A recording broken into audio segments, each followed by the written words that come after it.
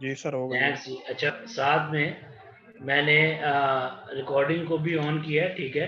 और हम अभी कैरी ऑन करेंगे वहीं से जहीं पे हमने अपना लेक्चर ड्रॉप किया था ड्यू टू इलेक्ट्रिसिटी प्रॉब्लम, ठीक है?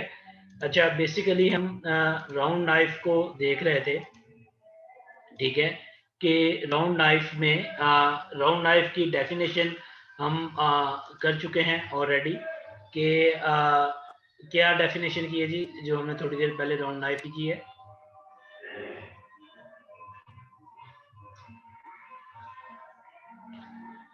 जी, कोई भी बताए।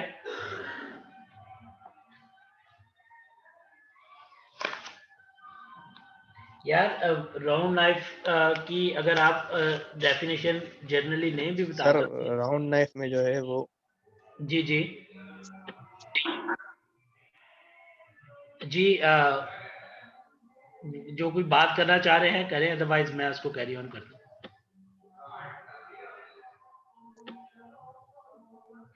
अच्छा, बेसिकली राउंड नाइफ वही है कि आपकी नाइफ की शेप जो है वो राउंड है, और बेसिक इसका जो ऑब्जेक्टिव है वो ये है कि वो वहाँ पे हम कट करेंगे, ठीक है? जहाँ पे हमें प्रिसाइज कट चाहिए फॉर दी वर्टिकल लाइंस, और ऐसी जगहों पे जहाँ पे हमें बहुत ज़्यादा कर्वी लाइंस नहीं है, ठीक है? लेकिन अगर बहुत डीप कर्व्स चाहिए, ठीक है, तो उसके लिए हम ये रोटरी नाइफ को इस्तेमाल नहीं करेंगे, ठीक है? तो ये इसकी जो है जनरल अगर हम डेफिनेशन कह रहे हैं तो वो ये होगी, ठीक है? और आप इसको ऐसे भी लिख सकते हैं, the blade that cuts with round turn at the leading edge, ठीक है? तो ये आप इसको ऐसे भी कह सकते हैं, ठीक है? अगर आप हम इसकी प्रीवियस स्लाइड में आपको कहूँ तो इसमें देख लें कि बेसिकली क्या लिखा है जी, round knife cutting machine identified by round blade that cuts with round turn at the leading मैं edges। रिजल्ट अपना माइक ऑफ। जी, क्या कह रहे हैं? अच्छा, इसमें अगर हम जो एलिमेंट हैं राउंड नाइफ के, वो बिल्कुल तकरीबन वही हैं जो हमारे स्ट्रेट नाइफ के थे, ठीक है? वो हमारी बेस प्लेट है, ठीक है? इलेक्ट्रिक मोटर है, ठीक है? हैंडल ऑफ द ऑपरेटर है, आपका डायरेक्ट ब्लेड है, आपका सर्कुलेटिंग ब्लेड है, ठीक है? इनको अगर हम पिक्चर में देखें तो ये सारे मोस्टली पार्ट्स जो हैं ये आपके हमने इसको मेंशन किए हैं, ठीक है?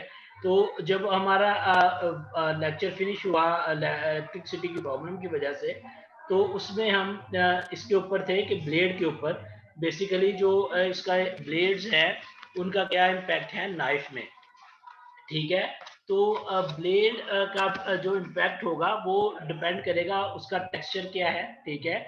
उसकी सरफेस कैसी है, और बेसिकली ये हम ये देखेंगे वो कितना कोर्सर है या कितना वो फाइनेस है। अकॉर्डिंग टू द कोर्सनेस और फाइनेस ही हम अपने फैब्रिक के हिसाब से इसको रखेंगे, और even not only for fabric but also for the curve of the garment, हमने कि कौन से कर्व के ऊपर कौन से वाला जो है वो नाइफ को यूज करना है, ठीक है? अपार्ट फ्रॉम दिस अगर नाइफ की किस्में भी देख रहे थे, वो I will discuss these again in few second, ठीक है? तो उससे पहले जो मैं बात आपसे करना चाह रहा हूँ वो स्टेरॉइड्स की बात करना चाह रहा हूँ। बेसिकली नाइफ्स के ऊपर एक सर्टेन किस्म के मार्क्स होते हैं लॉन्ग थिन लाइंस के ऊपर, ठीक है? तो अगर हम ये वर्टिकल नाइफ देखें जिसको हम ऑलरेडी डिस्कस कर चुके हैं, तो इन मार्क्स को मैं समझ रहा हूँ कि वो शायद हों, ठीक है? यानी बेसिकली इनका काम ये है कि ये जब आपकी जो हीट बिल्डअप होती है, हीट ड्यूरिंग द कटिंग, तो ये जो मार्क्स हैं ये उसको रिड्यूस करने के लिए ये काम करते हैं। ये नाइफ के ऊपर ही होंगे, ठीक है? लेकिन ये इतने इसमें विजिबल नहीं है, ठीक है? अदर देन दैट हम बात कर रहे थे कि नाइफ के मुख्तलिफ किस्मों की, ठीक है? कि ये आम तौर पे जो अगर हम शेप ऑफ द नाइफ देखें तो हमें नज़र आएगी स्ट्रेट एज है, ठीक है? ये मोस्टली यूज होगा एवरीवेयर, ठीक है, जर्नल फैब्रिक्स के लिए, और मोस्टली यही यूज होता है, ठीक है। जो आपका वेवी एज है, वेव एज उन्होंने लिखा है, आप इसको वेवी एज ही समझे, ठीक है। तो ये आपका यूज होगा जहाँ पे आपने वेरी थिक फैब्रिक, या बेसिकली जो आपके विनाइल फैब्रिक है, VINYL फैब्रिक्स, विनाइल फैब्रिक्स जो है उनके लिए आप जो है VVH का कटर यूज करेंगे, ठीक है। और अगर आपने कैनविस को काटना है तो फिर जो है आप साज का नाइफ जो है वो यूज करेंगे। अब हम वापस अपने इसी टॉपिक के ऊपर अगर आए तो अब जो दूसरी इंपॉर्टेंट चीज है वो है बेसिकली आपकी बेस प्लेट, ठीक है। कि बेस प्लेट क्योंकि ये इंसर्ट करती है आपके प्लाई के नीचे। अच्छा, ये इंसर्ट कैसे करती है कि इसमें एक तो आपको, हम यहाँ देखें हमें एक स्लोप बनी नजर आ रही है, ठीक है। तो इस स्लोप की वजह से, और इसका एक सर्टन फ्रंट का एंगल है, ठीक है, जिसकी वजह से ये इजीली मूव करती है आपके स्प्रेड के नीचे। अब और इसने, इसका जो बुनियादी काम है वो ये है, बेशक ये किसी भी नाइफ में यूज हो रही हो, वर्टिकल हो या रोटेटरी, कि ये इसने सपोर्ट करना है आपके ब्लेड को, ठीक है। ये जो बेस प्लेट है ये आपके ब्लेड को सपोर्ट करेगी, ये इसका बुनियादी फंक्शन ये है। और दूसरा जो ये फंक्शनैलिटी के हवाले से, जब स्प्रेड के नीचे जाती है तो उसको भी ये सपोर्ट करती है ताकि फैब्रिक ज्यादा डिस्टॉर्ट नहीं करे, ठीक है। तो ये इसके बेसिक दो काम है, ठीक है। अब ये मुख्तलिफ साइज में होगी, स्मॉल, मीडियम और लार्ज। इसका जो साइज है बेस प्लेट का वो डिपेंड करेगा हमारे नाइफ के ऊपर कि हम नाइफ कौन सा यूज कर रहे हैं। और जो इसमें दूसरी चीज बेस प्लेट में इम्पोर्टेंट होगी वो ये होगी कि आप जो है इसमें हम देखें कि जो प्रेशर एग्जर्ट किया जा रहा है ऑपरेटर की वजह से वो कितना है, ठीक है। तो ये दो चीजों का कॉम्बिनेशन जो है ये बड़ा मीनिंगफुल है selecting the base plate of the knife, ठीक है जी। तो ये पार्ट हमने कवर कर लिया है। अब आप, अगर हम पावर सिस्टम की बात करें तो पावर सिस्टम बेसिकली आपको, जो हम पावर दे रहे हैं मोटर से, ठीक है, और उसके लिए कितनी पावर चाहिए वो हमारा पावर सिस्टम जो है वो डिफाइन करेगा, ठीक है। हमें एक सर्टन थ्रस्ट रखने के लिए, एक सर्टन कट के लिए हमें कितनी पावर चाहिए, ये हमें हमारे पावर सप्लाई से ये डिसाइड करता है। बेसिकली ये वो ही होता है, पावर जो आ रही है ये कांस्टेंट ही होगी। ये मैं आपको जो रियलिटी है, मसलन अगर 120 वोल्ट का झटका लग रहा है, मैं वैसे बात कर रहा हूँ, मैं इस मशीन की नहीं बात कर रहा, इसकी मेरे ख्याल 180 वोल्ट्स हैं तकरीबन। अगर 880 वोल्ट्स का झटका लग रहा है तो वो झटका 880 वोल्ट का ही लग रहा है। पावर सप्लाई जैसे ही ऑन होगी जो उसकी एक कांस्टेंट वोल्टेज है, मशीन वही वोल्टेज लेगी। अब जो बाकी मामलात हैं वो डिपेंड करेंगे कि हमारे स्प्रेड की हाइट कितनी है, स्प्रेड की डेप्थ कितनी है, और हमारा पीछे से प्रेशर हम मैनुअली उस पर कितना एक्सर्ट कर रहे हैं, ठीक है। इसको अगर आप आसान लफ्जों में नंबर ऑफ प्लाइज कह लें कितनी है, और पीछे से प्रेशर कितना है, तो ये चीजों का कॉम्बिनेशन जो है ये इस तरीके से काम करेगा। इसी तरह आपके शार्पनिंग डिवाइस हैं, ये इनका काम यही है, ये साथ में आपके नाइफ को तेज करते जा रहे हैं ऑल द टाइम, ठीक है जी। तो ये थे हमारे रोटरी और कटर, ठीक है, मूवेबल आपके रोटरी राउंड कटर्स। अब हमने रेस्पिरेटरी कटर्स यूज किए हैं और राउंड नाइफ कटर्स, इनको हमने डिटेल में देखा है। जो आपके रोटरी कटर्स हैं वो आपके स्ट्रेट कट के लिए यूज होंगे, और ऐसे एजेस के लिए जहां पे हमें टाइटनेस, शार्पनेस नहीं चाहिए, वहां पे हम इनको यूज कर लेंगे, ठीक है। अपार्ट फ्रॉम दिस आपके रेसिप्रोटरी कटर्स हैं, वाइडली यूज होते हैं कंपैरेटिवली टू दिस, क्योंकि वो ज्यादा स्प्रेड डेप्थ में काम कर सकते हैं और उनकी एक्यूरेसी बिट बेटर है देन दिस जी। अच्छा, यहाँ तक क्लियर है जी सबको? इसमें तो किसी किस्म को कोई मसला नहीं है किसी को? तो हम नेक्स्ट स्लाइड के ऊपर फिर मूव करें।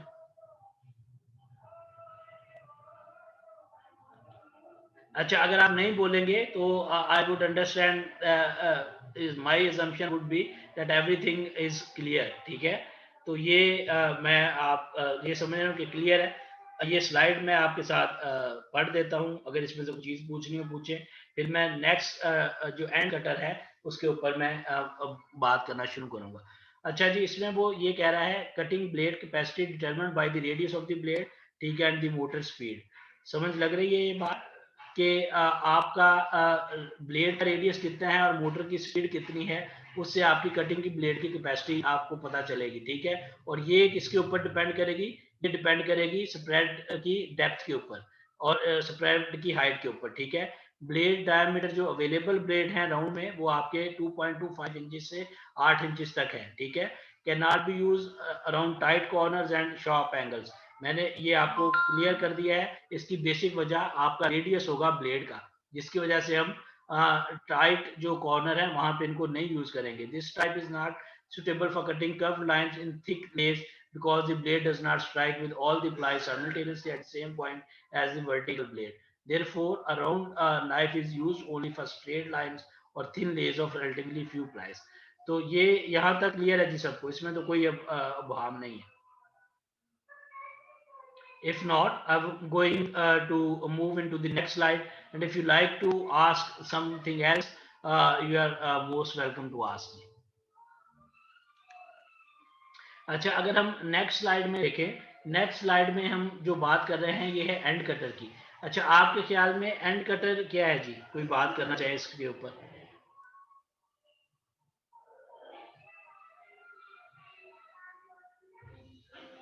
एंड कटर में कोई अगर बात करना चाह रहे हैं तो आप करें। ये हमारा जो जब थ्रेडिंग होती है ना, तो जब एक पूरा टेबल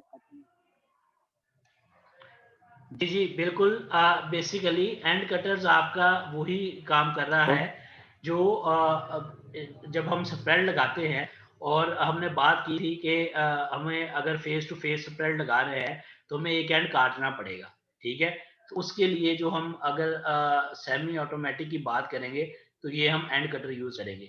सीजर यूज करेंगे तो उससे हमारी अलाइनमेंट बिल्कुल डिस्टर्ब होगी और जिससे फैब्रिक की वेस्ट बढ़ जाएगी। तो उसके लिए हम बेसिकली आपका एंड कटर जो है इसको यूज करते हैं, ठीक है। अब ये काम कैसे करता है? इसमें इट्स वेरी सिंपल है जी। इसमें इस अगर स्लाइड को देखें, अच्छा, इसमें ये एक फ्रेम है, ठीक है, और ये आपका कटर है। जब आपका जो फैब्रिक लेयर को आपने काटना है, ठीक है, आप उसको इस फ्रेम के ऊपर ले आएंगे, ठीक है। उसके बाद इसमें ये सारे बटन्स हैं, इन बटन को आप दबाएंगे तो ये मशीन ऑन इट्स ओन इस फ्रेम के ऊपर चल पड़ेगी और ये जो आपका राउंड नाइफ है वो उसको बिल्कुल सिमेट्री के साथ आपके फैब्रिक को काट देगा। तो ये एक तरीका है एंड कटर को यूज करने का। एक दूसरा तरीका है वो अगर आप इसी को यहाँ पे देखें तो ये आपके आप हाथ के साथ पकड़ के, बजाय उसके कि मशीन खुद मूव करे, आप अपने हाथ के साथ मशीन को मूव करवाएंगे और फ्रेम उसको सपोर्ट दे रहा होगा, ठीक है।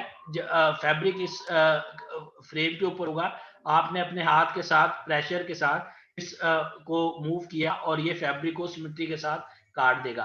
तो ये है आपका बेसिकली हैंड कटर। ये यहाँ तक क्लियर है जी सबको? हैंड कटर, आई अपोलोजाइज, ये एंड कटर मशीन का नाम है और ये हम यूज करेंगे जब हम फेस टू फेस स्प्रेड लगाएंगे और उस वक्त हमें फैब्रिक काटने की जरूरत होगी। इसमें कोई बात आपने पूछनी है तो पूछें।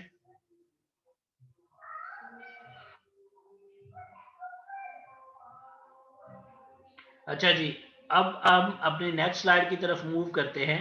नेक्स्ट स्लाइड में हम देखें तो हेडिंग है जी why and cutters are use, कि हम क्यों इनको यूज करते हैं। मैंने आपको हिंट दिया है स्प्रेड का, और स्प्रेडिंग में मैं I have really very well explain this कि हम क्यों स्प्रेडिंग करते हैं। हिंट मैं दोबारा दे देता हूँ। फेस टू फेस स्प्रेडिंग में हम एंड कटर को यूज करेंगे। अब फेस टू फेस स्प्रेडिंग क्यों करते हैं, ठीक है, तो वो बताए मुझे।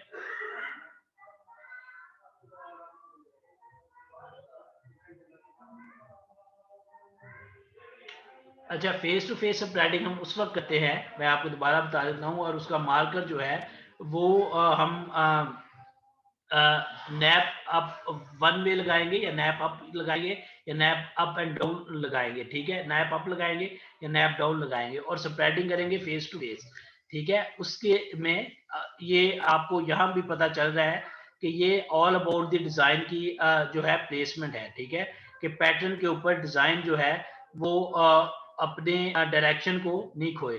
तो उसके लिए जो है हम यूज करेंगे फेस टू फेस स्प्रेड, और जब फेस टू फेस स्प्रेड लगा होगा उसके लिए हमें एंड कटर यूज करना पड़ेगा, ठीक है। और ये इसकी वजह से भी आपके जो डायरेक्शनल डिजाइन के फैब्रिक है उनके गारमेंट्स महंगे बनते हैं, ठीक है जी। ये यहाँ तक क्लियर है, तो मैं नेक्स्ट स्लाइड के ऊपर मूव कर रहा हूँ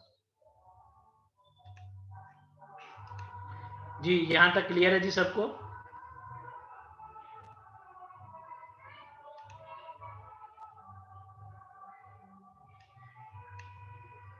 जी जी सर। अच्छा, इसमें अब हम जो है देखेंगे कि हमारे पास स्टेशनरी कटिंग मशीन्स के ऊपर हमने बात करनी है, ठीक है, कि स्टेशनरी नाइफ्स क्या हैं, ठीक है। अच्छा, स्टेशनरी नाइफ बेसिकली वो वाले नाइफ होंगे स्टेशनरी कटिंग मशीन्स जहाँ पे आपका नाइफ फिक्स रहेगा, ठीक है, और आपका फैब्रिक जो है आप उसको मूव अराउंड करवा रहे होंगे, ठीक है, वो वाली मशीन्स आपकी स्टेशनरी कटिंग मशीन्स होंगी, ठीक है। इसमें बेसिक आपकी दो तरह की हैं, आपके बैंड नाइफ्स हैं और आपके डाई कटर्स हैं, ठीक है, जो जिसमें आपका नाइफ जो है वो स्टेशनरी रहता है, ठीक है। इसको अगर हम डिटेल में देखें तो ये आपका बैंड नाइफ है, ठीक है। इसमें बेसिकली होगा क्या कि आपको अपना ये आपका जो नाइफ है ये अपनी पोजीशन के ऊपर रहेगा, ठीक है, आपको अपना फैब्रिक जो है वो मूव अराउंड करना पड़ेगा, ठीक है। आप जैसे जैसे फैब्रिक को मूव करते जाएंगे, ठीक है, आप उस तरीके से आप कट लेते जाएंगे। तो ये प्रोसेस है आपके बैंड नाइफ का, ठीक है जी। इसमें अगर हम और बात करें तो ये बता रहे हैं जी कि आपका जो बैंड नाइफ है ये सीरीज है 3 और मोर पुलिस की powered by electric motor with a continuously rotating blade mounted on them, one edge of the blade is sharpened, ठीक है। तो ये समझ लग रही है जी बात आपको? बेसिकली ये ब्लेड आपका अगर ये इसी जगह के ऊपर फिक्स रहेगा, ठीक है, तो इसकी वजह से ये जो है आपका इसको हम स्टेशनरी जो है नाइफ इसको कंसिडर करते हैं, ठीक है। बेसिकली ये जो आपके बैंड नाइफ्स है ये वर्टिकल नाइफ्स की ये से ज़्यादा एक्यूरेट है, ठीक है। अगर हम इनको स्मॉल अमाउंट ऑफ ब्लॉक्स के लिए या स्मॉल अमाउंट ऑफ प्लाइज के लिए इस्तेमाल करेंगे तो ये ज़्यादा एक्यूरेसी देंगे, ठीक है।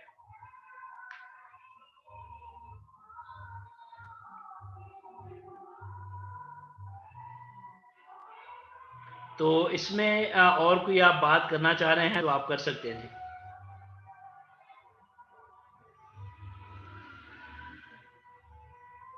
और इनकी जो दूसरी क्वालिटी है वो ये है, वो अगर हम पिक्चर में भी देखें इस नाइफ को, ठीक है, और हमारे रेसिप्रोकेटिंग नाइफ को, तो हमें क्या चीज नजर आ रही है जी? इस नाइफ की थिकनेस देखें, ठीक है, और फिर बैंड नाइफ की थिकनेस देखें, ठीक है, ये है। तो अब बेसिकली ये इस ऑल अबाउट थिकनेस और फाइनेस जो हमने बात की थी कि टेक्सचर क्या है, कोर्सनेस और फाइनेस क्या है, ठीक है। अब इसकी फाइनेस बेटर है कंपैरेटिवली हमारा जो दूसरा नाइफ है, ठीक है। आप नजर आ रहा है ना आपको ये? तो सब कोई पता चल रहा है यहाँ से?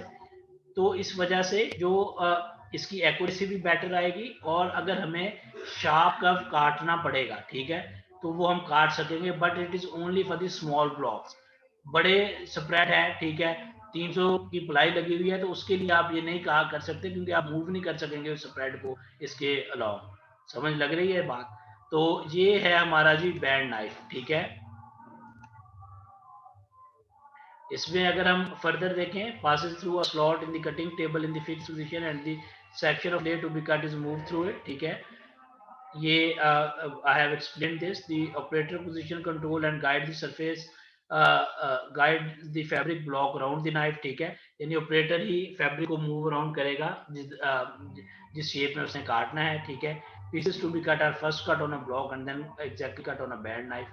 टेम्पलेट्स और प्लास्टिक्स और यानी आप टेम्पलेट जो हैं वो उसके ऊपर आप चिपका कर देंगे अपने फैब्रिक के ऊपर to get the shapes you want to. They are used where high accuracy is required, that is not possible by vertical straight knife. ठीक है, और इसकी मैंने आपको वजह भी समझा दी है कि it's all about the fineness and texture. Due to this we get the more accuracy. ठीक है, इसमें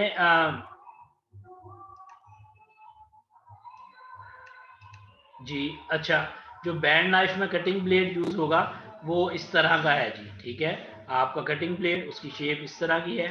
ठीक है, तो इसमें जो बैंड नाइफ है it can be use to make lateral cuts. ठीक है, blade of band knife is finer and narrower than straight knife cutting machine due to which we can make finer cuts. ठीक है, इसमें अब अगर जो दूसरी स्टेशनरी कटिंग मशीन है उसकी अगर हम बात करें तो वो है हमारे पास आपके डाई कट्स.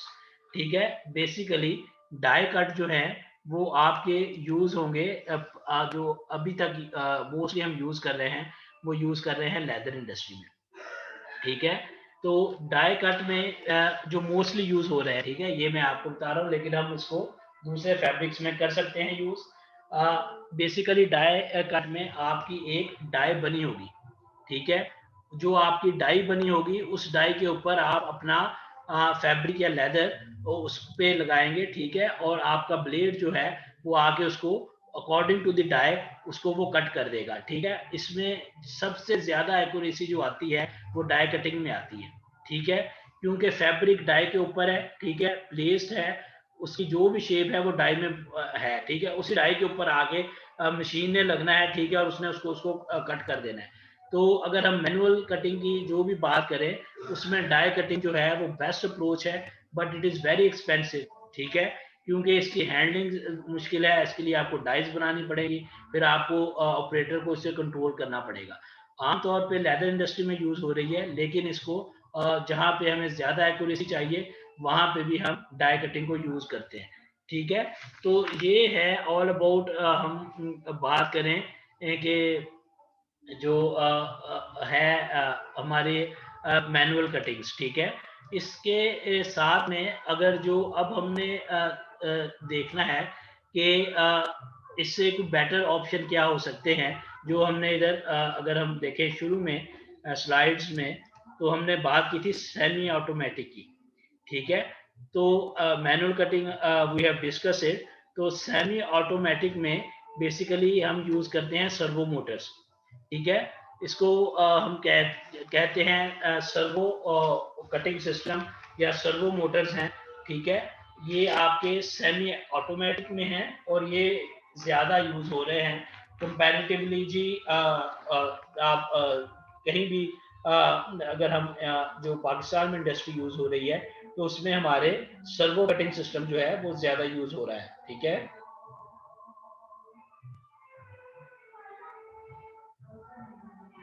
अच्छा, बेसिकली ये जो आपका सर्वो कटिंग सिस्टम है ये इसमें आपकी एक सर्वो मोटर है. ठीक है, और आपका एक सस्पेंशन सिस्टम है जो सपोर्ट करता है परपेंडिकुलर नाइफ को कटिंग टेबल के ऊपर. ठीक है, तो इसको बेसिकली आपकी सपोर्ट जो है वो मिल रही है सस्पेंशन सिस्टम की वजह से, तो जिसकी वजह से इसमें टिल्टिंग नहीं होती. ठीक है, और पीछे आपकी सर्वो मोटर है,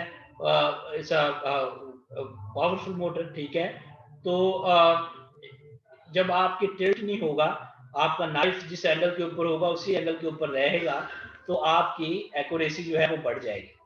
ठीक है, तो ये जो है इसको आप इस तरह भी समझ सकते हैं कि आपका जो नाइफ है वो आपके जो आपका सेवरल आर्म होगा उसके ऊपर ये माउंटेड होगा. ठीक है, और वहीं से वो ऑपरेट हो रहा होगा. और इसमें जो एडवांटेज है वो सबसे बड़ा एडवांटेज ये है कि इसकी बेस प्लेट जो है वो नैरोअर है और इसमें जो है वो फाइनर है, ठीक है, क्योंकि यानी उसका जो वेट है वो भी कम है।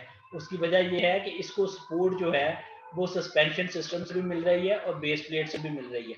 फिर बेस प्लेट का काम उतना नहीं रहेगा कंपैरेटिवली मैनुअल कटिंग में।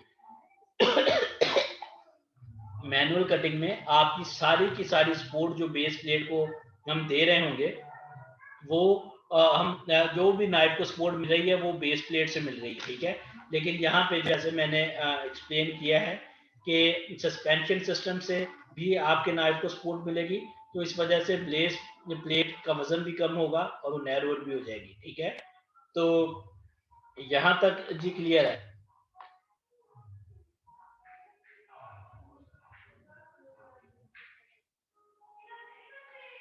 और मैं जैसे ऑलरेडी एक्सप्लेन किया है जी कि सर। इसमें आपकी एक्यूरेसी इंक्रीज हो जाएगी।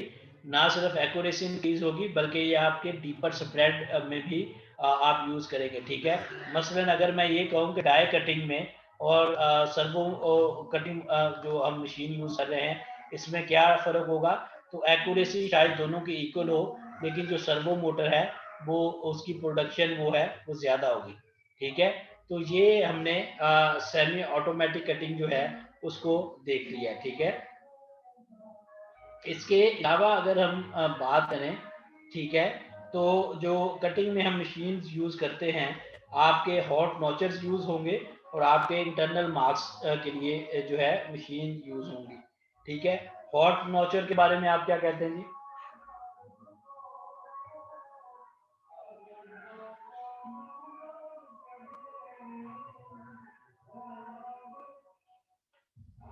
अच्छा, हॉट नॉचर बेसिकली अच्छा, नॉच हम क्यों लगाते हैं फैब्रिक में? क्लास में से कोई बात करना चाह रहा है जी इसके ऊपर?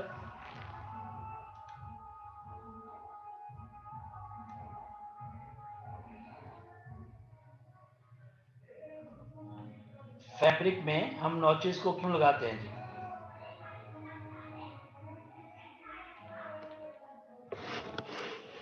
ताकि जब हम सोइंग कर रहे हों तो उन पार्ट्स को हम एग्जैक्टली जो है वो मिला सकें, ठीक है। ये outer part of the garment होंगे उसके लिए जो है हम नॉचेस को लगाते हैं, ठीक है। बेसिकली ये जो आपका हॉट नॉचर यूज होता है वो इसको ये नॉचेस हम कटिंग में ही लगाते हैं, ठीक है। इसलिए मैं इसको इसी के अंडर आपको पढ़ा रहा हूँ। और ये बेसिकली सेमी ऑटोमेटिक ही मशीन है, ठीक है। इसके बाद हम थोड़ी सी फुल ऑटोमेटिक के ऊपर बात करेंगे जो पाकिस्तान में रेयरली यूज हो रही है। जीजीटी में यूज है लेकिन हर फैक्ट्री के पास जीजीटी भी नहीं है, ठीक है। तो इसके अलावा भी दूसरी हमारे पास ऑटोमेटिक मशीन है। तो अभी मैं हॉट नॉचर के ऊपर आपसे ये बात कर रहा हूँ कि हैंड हेल्ड डिवाइस होगा, ठीक है। आप इसको वर्टिकली फैब्रिक में इंसर्ट कर सकेंगे, ठीक है। और जो नॉच की डेप्थ है, ठीक है, वो एडजस्टेबल है अकॉर्डिंग टू द मशीन कि आपने मशीन के साथ कितनी लगानी है, ठीक है। तो बेसिकली ये इस नॉचर का टेम्परेचर वेरी हाई होता है। जब ये कट लगाता है, ठीक है, तो इसका टेम्परेचर हाई होता है, तो जिसकी वजह से अगर आप पॉलिएस्टर या कोई भी फाइबर जो होंगे आपके सिंथेटिक फाइबर्स मोस्टली, वो उससे शायद उन्हें वो मेल्ट हो जाए और आपका फैब्रिक उस जगह के ऊपर जो है वो डैमेज हो जाए। तो ये इसका ख्याल ये करना होगा, ठीक है। अगर ये सिचुएशन अराइज करती है, सपोज कि इस तरह का मामला होता है, तो इसमें हम क्या करेंगे, इसमें जो बेस्ट अप्रोच होगी कि हम अपना जो वर्टिकल स्ट्रेट नाइफ जो हमारे पास है उसके साथ ही हम नॉचेस को लगा देंगे, ठीक है। तो जिसकी वजह से आप वर्टिकल स्ट्रेट नाइफ को यूज करते हुए हम नॉचेस लगाएंगे अगर ये हमारे पास सिंथेटिक फाइबर का फैब्रिक है, ठीक है। लेकिन अगर ये कॉटन है या कोई दूसरा आपका है नेचुरल फाइबर है, तो उसमें जो है आप हॉट नॉचर को यूज कर सकेंगे नॉचेस लगाने के लिए, ठीक है जी। और इसका बेसिक फायदा ये होगा कि ड्यूरिंग सोइंग पकड़िंग नहीं आएगी, ठीक है। अलाइनमेंट गारमेंट की बिल्कुल एग्जैक्ट ठीक रहेगी। अच्छा, इसके बाद एक और मशीन हम यूज करते हैं, उसे कहते हैं ड्रिल मशीन जी, ठीक है। वो ड्रिल मशीन क्या है जी, कटिंग में यूज करते हैं, और उसका क्या पर्पज है जी, बताएं, कोई बात करना चाह रहा है?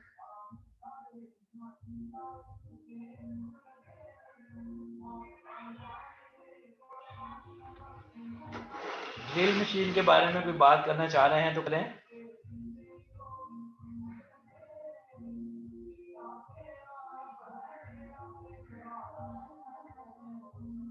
अच्छा, ड्रिल मशीन बेसिकली जो है वो आपके अच्छा, फैब्रिक में इंटरनली मसलन किसी जगह के ऊपर आपने पॉकेट लगानी है, ठीक है। या जैसे हम अगर बात करें कि पॉकेट लगानी है या पॉकेट के ऊपर आपने फ्लैप लगाना है कोई, ठीक है, तो आपको एक सर्टेन प्लेसमेंट चाहिए गारमेंट के ऊपर कि इस जगह के ऊपर एग्जैक्ट हमारी पॉकेट बैठेगी या इस जगह के ऊपर हमने फ्लैप लगाना है, ठीक है। तो वो जो जगह डिटरमिन करनी है पैटर्न की, वो हमें ड्रिल से हम डिटरमिन करेंगे, ठीक है। वो ड्रिल मशीन हम यूज करेंगे जो ये फैब्रिक के ऊपर एक मार्क लगा देगी कि ड्यूरिंग सोइंग यहाँ पे जो है हमने फ्लैप लगाना है या यहाँ पे हमने पॉकेट लगानी है।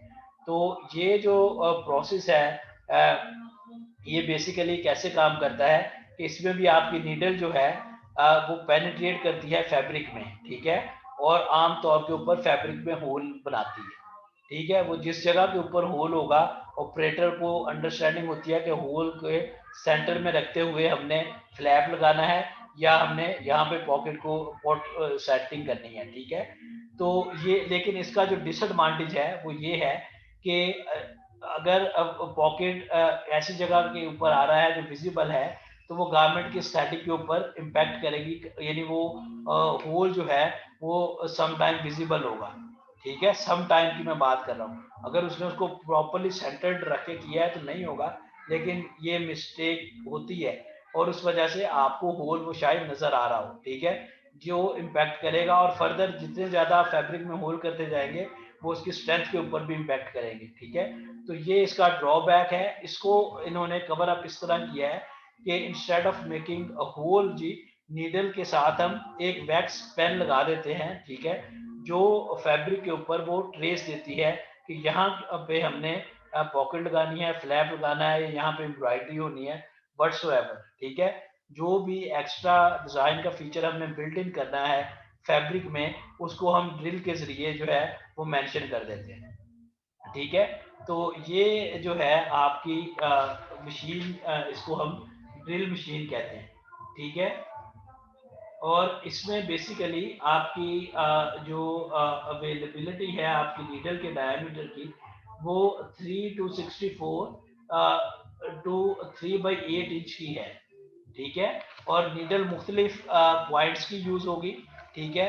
जो नीडल का डायमीटर होगा वो आपका 3/64 टू 3/8 इंच, इसमें से कोई भी होगा, वो आपने सेलेक्ट करना है अकॉर्डिंग टू दी फैब्रिक और according to the spread height, ठीक है। स्प्रेड की डेप्थ क्या है उस हिसाब से आप नीडल को एडजस्ट करेंगे, ठीक है। अब इसके अलावा अगर हम बात करें, बाज फर्म्स जो है वो, कई फर्म्स जो हैं वो ये टेक्निक नहीं यूज करती, तो वो एक क्या करेंगे कि पैटर्न बना लेंगे कार्डबोर्ड का, ठीक है, और एक आदमी जो है वो हाथ के साथ जिस डायमेंशन में आपकी डिजाइन आपने एक्स्ट्रा कोई लगा रहे हैं, वो उसके ऊपर मार्क कर देगा कि इस जगह के ऊपर हमने फ्लैप लगाना है या इस जगह के ऊपर हमने कोई डिजाइन को बिल्ट इन करना है, डिजाइन फीचर जो है बिल्ट इन करना है। तो ये है जी आपकी ड्रिलिंग, ठीक है। इस ये आपकी, अगर आप मैनुअली कर रहे हैं तो ये मैनुअल है, अगर आप ड्रिल मशीन यूज कर रहे हैं तो ये आपकी सेमी ऑटोमेटिक मशीन आ जाएगी, उस चीज में हम कवर करेंगे, ठीक है। ये यहाँ तक जी सबको क्लियर है? इसमें तो किसी ने कोई बात नहीं करनी, अगर करनी है तो कर सकते हैं।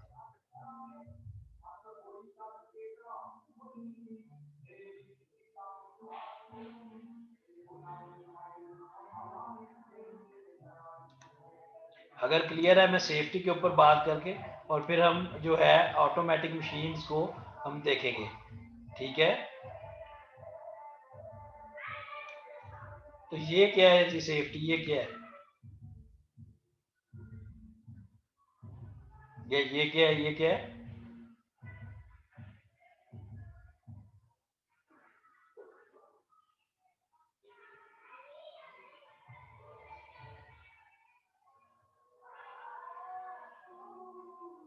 मास्क हम इसलिए यूज करेंगे कि हम जो है फ्लफ से जो है वो अवॉइड करें। अगर नॉइस आ रही है तो उसके लिए हम दूसरे इक्विपमेंट यूज करेंगे।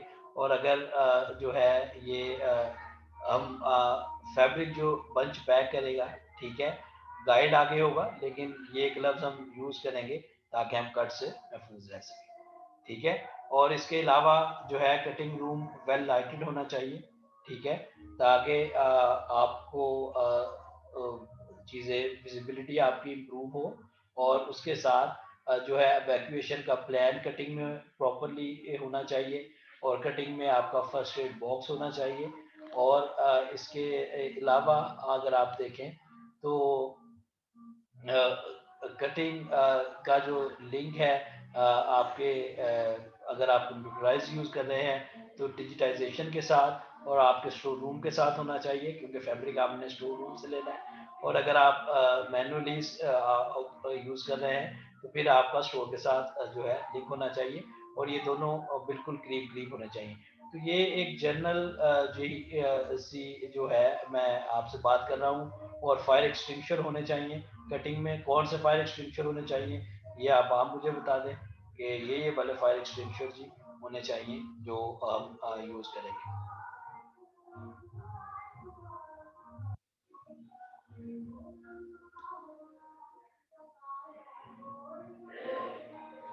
जी ये यहाँ तक क्लियर है जी सबको? अच्छा, हम इसको अभी ये टाइमिंग मेरी फिनिश हो रही है। हम नेक्स्ट जो अब शुरू कर रहे हैं वो करेंगे हम आगे फुली ऑटोमेटिक जो मशीन्स हैं वो किस तरह ऑपरेट करती हैं, ठीक है। ये इसकी रिकॉर्डिंग होती है, मैं आपको साथ में दूसरा लिंक सेंड करता हूँ। और उसमें जो है हम ऑटोमेटेड मशीन कटिंग में जो यूज़ हो रही हैं उसको डिस्कस करेंगे। And that's all we need to do for today's, ठीक है। Okay, thank you very much.